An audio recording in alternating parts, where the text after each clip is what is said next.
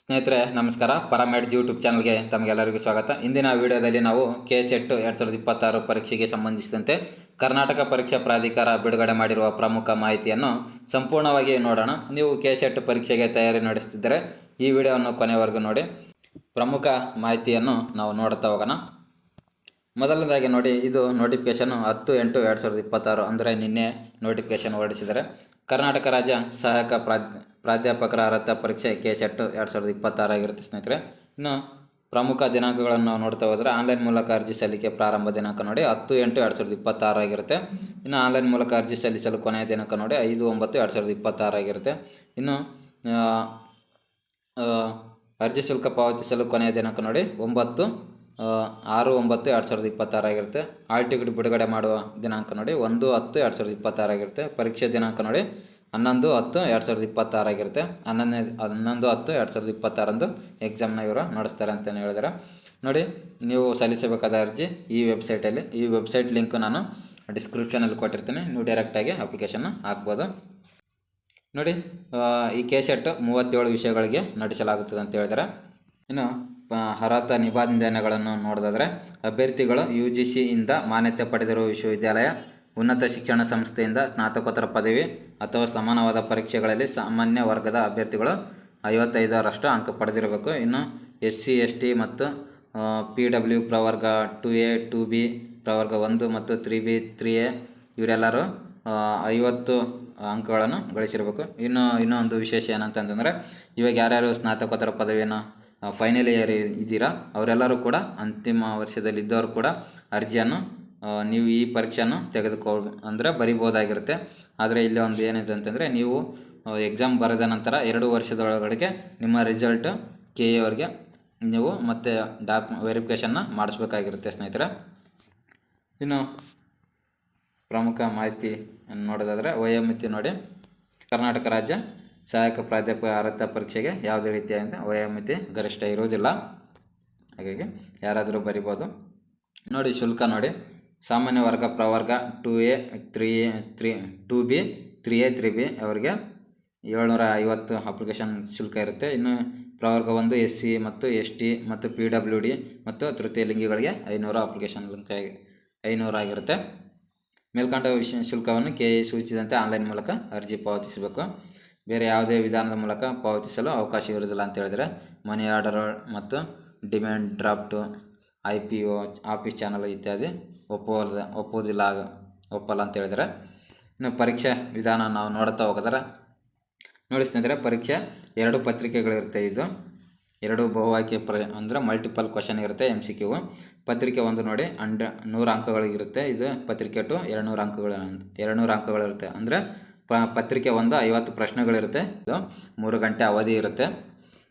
ಮೊದಲನೇ ಪೇಪರ್ ನೋಡಿ ಏನಿರುತ್ತೆ ಅಂತ ನೋಡಿದ್ರೆ, ಸಾಮಾನ್ಯ ಪತ್ರಿಕೆ ಅಭ್ಯರ್ಥಿಯ ಬೋಧನೆ ಮತ್ತು ಸಂಶೋಧನೆ ಮತ್ತು ಬೌದ್ಧಿಕ ಸಾಮರ್ಥ್ಯವನ್ನು ಪರೀಕ್ಷಿಸಲಾಗುತ್ತದೆ ಅಂತ ಹೇಳಿದರೆ, ಈ ಪತ್ರಿಕೆಯು ಅಭ್ಯರ್ಥಿಗಳ ಸಾಮಾನ್ಯ ಪತ್ರಿಕೆಯಾಗಿದ್ದು ಸಾಮಾನ್ಯ ಜ್ಞಾನ ಮತ್ತು ಬೋಧನೆ ಹಾಗೂ ಸಂಶೋಧನೆ ಅಭಿರುಚಿಗೆ ಸಂಬಂಧಿಸಿರುತ್ತೆ. ಅಭ್ಯರ್ಥಿಗಳ ಸಾಮಾನ್ಯ ತಿಳುವಳಿಕೆ ಮತ್ತು ಗ್ರಹಿಸುವ ಹಾಗೂ ವಿವೇಚನಾ ಸಾಮರ್ಥ್ಯವನ್ನು ಅಳೆಯುವಂಥದ್ದಾಗಿರುತ್ತೆ ಅಂತ ಹೇಳಿದರೆ, ಇದು 50 ಅಂಕ ಬಹುವಾಕ್ಯ, 100 ಪ್ರಶ್ನೆಗೆ 2 ಅಂಕಗಳಿರುತ್ತೆ. ಇನ್ನು ಪತ್ರಿಕೆ ನೋಡಿ, ಈ ಪತ್ರಿಕೆ ಅಭ್ಯರ್ಥಿಯು ಆಯ್ಕೆ ಮಾಡಿದ ವಿಷಯದ್ದಾಗಿರುತ್ತೆ. ಅಂತಂದರೆ ನೀವು ಯಾವುದು ವಿಷಯದ ಮೇಲೆ MA ಅಂದರೆ ಪೋಸ್ಟ್ ಗ್ರ್ಯಾಜುಯೇಷನ್ ಮಾಡಿದಿರಾ ಆ ವಿಷಯದ ಮೇಲೆ ಒಂದು ಪತ್ರಿಕೆ ಇರುತ್ತೆ. ಈ ಪತ್ರಿಕೆ ಆಯ್ಕೆ ಮಾಡಿದ ವಿಷಯದಲ್ಲಿ 100 ಕಡ್ಡಾಯ ಬಹು ಆಯ್ಕೆ ಪ್ರಶ್ನೆಗಳಿರುತ್ತೆ. ಇನ್ನು ಪ್ರತಿ ಪ್ರಶ್ನೆಗೆ 2 ಅಂಕಗಳು ಅಂದರೆ ಗರಿಷ್ಠ 200 ಅಂಕಗಳು ಇದಾಗಿರುತ್ತೆ. ಇನ್ನು ಕ್ಯಾಟಗರಿ ವೈಸ್ ನೋಡೋದಾದರೆ ಜನರಲ್ ಕ್ಯಾಟಗರಿ ಅವರಿಗೆ ಪೇಪರ್ 1 ಪೇಪರ್ 2 ಅಲ್ಲಿ 2 ಪತ್ರಿಕೆಗಳಲ್ಲಿ ಸೇರಿ ಒಟ್ಟು 40 ಅಂಕಗಳನ್ನು ಪಡಿಬೇಕು. ಇನ್ನು SC ST ಮತ್ತು ಕ್ಯಾಟಗರಿ ಪ್ರವರ್ಗ A ಮತ್ತು 2B ಮತ್ತು 3A 3B ಇವರೆಲ್ಲ PW ಮತ್ತು ಟ್ರಾನ್ಸ್ಜೆಂಡರ್ ಎಲ್ಲ 2 ಪತ್ರಿಕೆಗಳಲ್ಲಿ ಸೇರಿ 35 ಅಂಕಗಳನ್ನು ಪಡಿಬೇಕಂತ ಹೇಳಿದರೆ. ಇನ್ನು ನೋಡಿ ಸ್ನೇಹಿತರೆ, ಒಟ್ಟು ಟೋಟಲ್ 37 ವಿಷಯಗಳಿಗೆ ಪರೀಕ್ಷೆ ನಡೆಸಲಾಗುತ್ತದೆ. ಇದು ವಿಡಿಯೋನ ಪಾಸ್ ಮಾಡಿ ನೀವು ನೋಡಿ ಯಾವ್ಯಾವ ವಿಷಯದಲ್ಲಿ ಪರೀಕ್ಷೆ ನಡೆಸ್ತಾರೆ ಅಂತ, ಹಾಗೆ ಯಾವ್ಯಾವ ವಿಷಯಗಳು ಯಾವ್ಯಾವ ಭಾಷೆಯಲ್ಲಿದೆ ನೋಡಿ ಅನ್ನೋದನ್ನ ನೀವು ನೋಡಿ ಇಲ್ಲಿ ನೋಡಿ. ವಾಣಿಜ್ಯಶಾಸ್ತ್ರ ಕನ್ನಡ ಮತ್ತು ಆಂಗ್ಲ ಭಾಷೆ ಅಂದರೆ ಇಂಗ್ಲೀಷಲ್ಲೂ ಕೂಡ ಇರುತ್ತೆ, ಕನ್ನಡ ಭಾಷೆಯಲ್ಲಿ ಇರುತ್ತೆ. ಅರ್ಥಶಾಸ್ತ್ರ ಕನ್ನಡ ಮತ್ತು ಆಂಗ್ಲ ಭಾಷೆ ಇಂಗ್ಲೀಷಲ್ಲಿರುತ್ತೆ. ಒಟ್ಟು ಟೋಟಲು 37 ವಿಷಯಗಳಿದ್ದಾವೆ. ವಿಡಿಯೋನ ಪಾಸ್ ಮಾಡಿ ನೀವು ನೋಡಿ ನಿಮ್ಮದು ಯಾವುದು ವಿಷಯ ಮತ್ತು ನಿಮ್ಮ ಕ್ವಶನ್ ಪೇಪರ್ ಕನ್ನಡ ಇದೆಯಾ ಇಂಗ್ಲೀಷ್ ಇದೆ ಅಂತ ನೀವು ಚೆಕ್ ಮಾಡಿ ನೋಡಿ. ಇನ್ನೊಂದು ಸರಿ ವಿಡಿಯೋನ ಪಾಸ್ ಮಾಡ್ಕೊಂಡು ನೋಡಬೇಕಾದ್ರೆ ವಿಡಿಯೋನ ನೀವು ಪಾಸ್ ಮಾಡಿ ನೋಡಿ.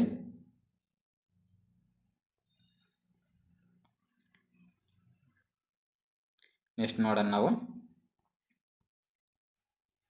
ಇಲ್ಲಿ ನೋಡಿ ಪರೀಕ್ಷಾ ಕೇಂದ್ರಗಳು ಇದು ಹೇಳ್ತೀನಿ ಇವಾಗ ನೋಡಿ. ಇಲ್ಲಿ ಏನು ಕಾಣ್ತಿದೆಯಲ್ಲ 18 ವಿಷಯಗಳು ಭಾಗ ಎ, ಇದು ಭಾಗ ಎ ಅಲ್ವಾ, ಇದು ಭಾಗ ಎ. ಇಲ್ಲಿ 18 ವಿಷಯಗಳಿದ್ದಾವೆ. 18 ವಿಷಯಗಳಿಗೆ ಕೆಸೆಟ್ ಕರ್ನಾಟಕ ರಾಜ್ಯದ ಮೇಲ್ಕಂಡ ಅಂತಂದರೆ ಇದು ನೋಡಿ. ಇವಾಗ ಇವು 18 ವಿಷಯಗಳು ಏನಿದಾವಲ್ವ ಇವು 18 ವಿಷಯಗಳು ಪರೀಕ್ಷಾ ಕೇಂದ್ರಗಳು ಎಲ್ಲೆಲ್ಲಿದೆ ಅಂತಂತಂದರೆ 18 ವಿಷಯ ಪರೀಕ್ಷಾ ಕೇಂದ್ರಗಳು ಇಲ್ಲಿ ಮಾತ್ರ ಇರುತ್ತೆ ಸ್ನೇಹಿತರೆ. ಬೆಂಗಳೂರು, ಬೆಳಗಾವಿ, ಬಳ್ಳಾರಿ, ವಿಜಯಪುರ, ದಾವಣಗೆರೆ, ಧಾರವಾಡ, ಕಲಬುರಗಿ, ಮೈಸೂರು, ಶಿವಮೊಗ್ಗ, ತುಮಕೂರು, ಮಂಗಳೂರು. ಈ ಎಕ್ಸಾಮ್ ಸೆಂಟರ್ ಏನಿದೆಯಲ್ಲ ಇಷ್ಟು ವಿಷಯಗಳಿಗೆ ಮಾತ್ರ. ಯಾವ ವಿಷಯಗಳಿಗೆ? ಇಷ್ಟು ವಿಷಯಗಳಿಗೆ 18 ವಿಷಯಗಳಿಗೆ ಮಾತ್ರ ಈ ಎಕ್ಸಾಮ್ ಸೆಂಟರ್ಗಳು ಇರುತ್ತೆ. ಮೇಲಿನ ಎಕ್ಸಾಮ್ ಸೆಂಟರ್ಗಳು ಇರುತ್ತೆ. ಇನ್ನು ಬೇರೆ ವಿಷಯಗಳಿಗೆ ನೋಡಿ, ಇಲ್ಲಿದೆ ನೋಡಿ ಭಾಗ ಬಿ. ನೋಡಿದು ಭಾಗ ಬಿ ಅಂದರೆ 19 ವಿಷಯಗಳಿದ್ದಾವೆ. ಇದರಲ್ಲಿ 19 ವಿಷಯಗಳಿದ್ದಾವೆ. ಈ 19 ವಿಷಯಗಳಿಗೆ ಎಕ್ಸಾಮ್ ಸೆಂಟ್ರು ಕೇವಲ ಬೆಂಗಳೂರು ಮಾತ್ರ ಆಗಿರುತ್ತೆ, ನೆನ್ಪಿಟ್ಕೊಳ್ಳಿ. ನೋಡಿ ಈ ವಿಡಿಯೋನ ಪಾಸ್ ಮಾಡಿ ನೀವು ನೋಡಿ ಎಷ್ಟು ಯಾವ್ಯಾವ ವಿಷಯಗಳು ಈ ಎಷ್ಟು 19 ವಿಷಯಗಳಿದ್ದಾವೆ ಇಲ್ಲಿ. ಭೂಗೋಳಶಾಸ್ತ್ರ ಮತ್ತು ಪ್ರವಾಸೋದ್ಯಮ, ಆಡಳಿತ ಮತ್ತು ನಿರ್ವಹಣೆ, ಇವು 19 ವಿಷಯಗಳಿದ್ದಾವೆ. ಈ ವಿಷಯಗಳಿಗೆ ಬೆಂಗಳೂರು ಮಾತ್ರ, ನೆನ್ಪಿಟ್ಕೊಳ್ಳಿ. ಈ 19 ವಿಷಯಗಳಿಗೆ ಬೆಂಗಳೂರು ಕೇಂದ್ರ ಮಾತ್ರ ಪರೀಕ್ಷೆ ಆಯ್ಕೆ ಮಾಡಿಕೊಳ್ಳಬೇಕು. ಬೆಂಗಳೂರು ಮಾತ್ರ ಪರೀಕ್ಷಾ ಕೇಂದ್ರ ಇರುತ್ತೆ, ಇನ್ನು ಬೇರೆಲ್ಲೂ ಪರೀಕ್ಷಾ ಕೇಂದ್ರ ನಿಮಗೆ ಸಿಗೋದಿಲ್ಲ. ಈ ವಿಷಯಗಳಿಗೆ ಮಾತ್ರ ನಿಮಗೆ ಬೆಂಗಳೂರಲ್ಲಿ ಬೆಂಗಳೂರು ಅಥವಾ ನೀವು ಈ ವಿಷಯಗಳಿಗೆ ನೀವು ಇಷ್ಟು ಎಕ್ಸಾಮ್ ಸೆಂಟರ್ಗಳಲ್ಲಿ ನೀವು ಎಕ್ಸಾಮ್ನ ಬರೀಬೋದಾಗಿರುತ್ತೆ. ನೆನ್ಪಿಟ್ಕೊಳ್ಳಿ ಇದೊಂದು. ಇನ್ನು ಅರ್ಜಿ ಸಲ್ಲಿಸುವ ವಿಧಾನ ನೋಡಿ, ವೆಬ್ಸೈಟಲ್ಲಿ ಸಲ್ಲಿಸ್ಬೋದು. ಅಪ್ಲಿಕೇಶನ್ ಲಿಂಕ್ ನಾನು ಡಿಸ್ಕ್ರಿಪ್ಷನಲ್ಲಿ ಕೊಟ್ಟಿರ್ತೀನಿ, ಚೆಕ್ ಮಾಡಿ ನೋಡಿ. ಪರೀಕ್ಷಾ ಸೂಚನೆಗಳು. ಇನ್ನು ಸ್ನೇಹಿತರೆ ಇದಾಗಿತ್ತು ಇವತ್ತಿನ ವಿಡಿಯೋ. ಈ ವಿಡಿಯೋ ಏನಾದರೂ ನಿಮಗೆ ಇಷ್ಟ ಆಗಿದ್ದರೆ ನಮ್ಮ ಯೂಟ್ಯೂಬ್ ಚಾನಲನ್ನು ಸಬ್ಸ್ಕ್ರೈಬ್ ಮಾಡ್ಕೊಳ್ಳಿ. ಹಾಗೆ ಮತ್ತೆ ಮುಂದಿನ ವಿಡಿಯೋದಲ್ಲಿ ಸಿಗೋಣ ಅಂತ ಹೇಳ್ತಾ ಥ್ಯಾಂಕ್ ಯು.